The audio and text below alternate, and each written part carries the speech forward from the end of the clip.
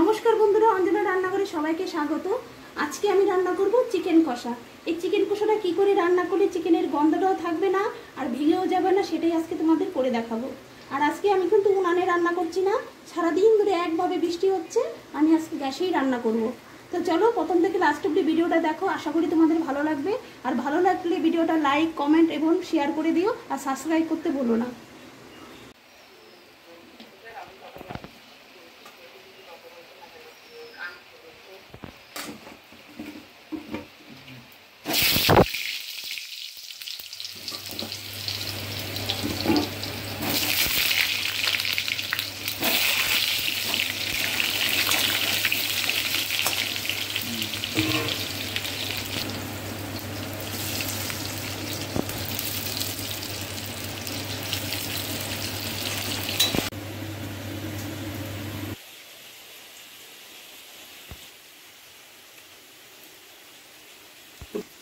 নুন আর লেবু দিয়ে মাংসটাকে মাখিয়ে আমি 10 মিনিট রেখে দেবো।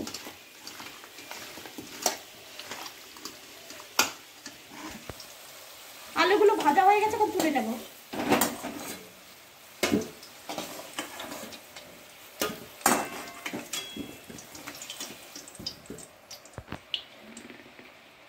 আর একটু তেল দিয়ে দিলাম, একটা শুকনো লঙ্কা আর গোটা গরম মশলা ফোড়নে দিয়ে দিলাম।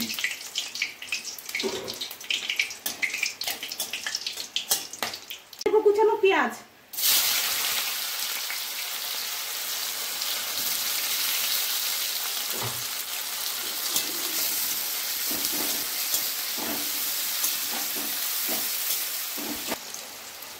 সামান্য একটু নুন দিয়ে দিলাম।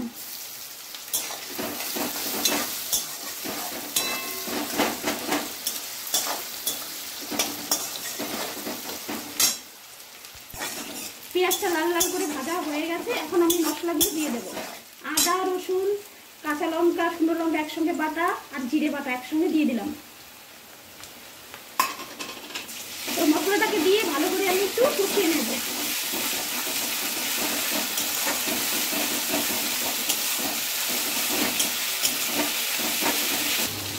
দিয়ে দিচ্ছি হলুদ গুঁড়ো,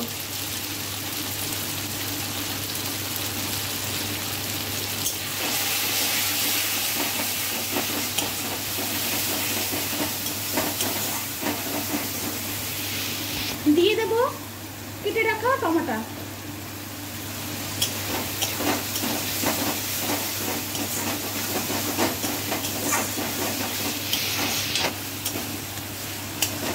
দেখো মশলাটা আমার কষানো হয়ে গেছে, এখন আমি চিকেন দিয়ে দেব।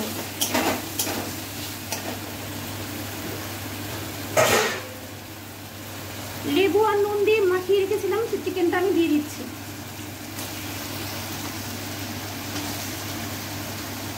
মাইকটা আমার নষ্ট হয়ে গেছে, কিন্তু সাউন্ডে একটু ডিস্টার্ব হবে, কিন্তু তবু কষ্ট করে তোমরা ভিডিওটা দেখো।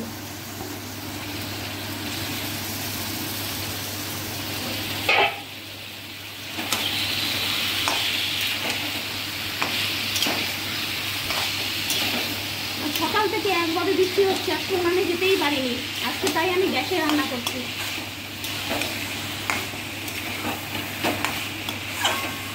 মাংসটাকে এখন আমি ঢেকে দিচ্ছি।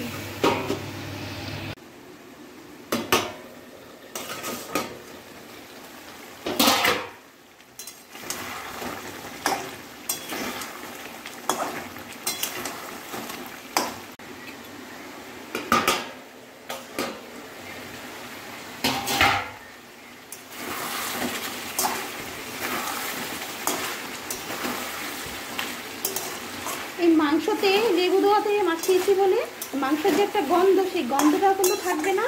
আর এই যে কষানোর সময় কিন্তু পোলট্রির মাংস বেশিরভাগই ভেঙে যায়, এতে ভেঙেও যাবে না। দেখো কত সুন্দর গোটা গোটা রয়েছে।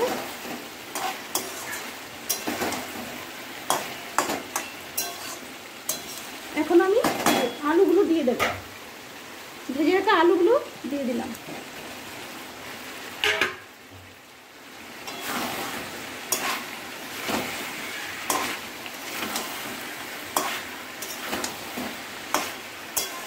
আলুগুলো দিয়ে আরেকটু ঢাকা দিয়ে দেবো।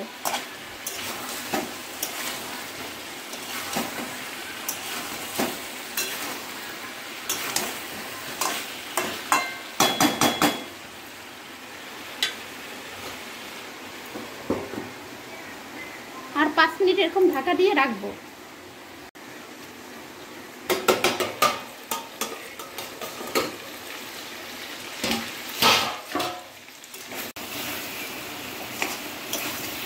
মাংসটা কষানো হয়ে গেছে, এখন গরম জল দিয়ে দেবো।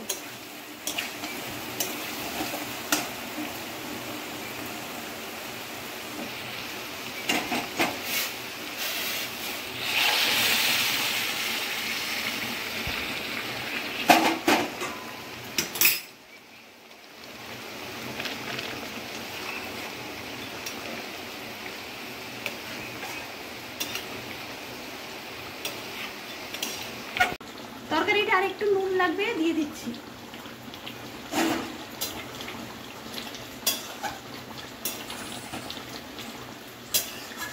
তরকারিটা হয়ে গেছে, এখন গরম মশলা দিয়ে নামিয়ে দেব।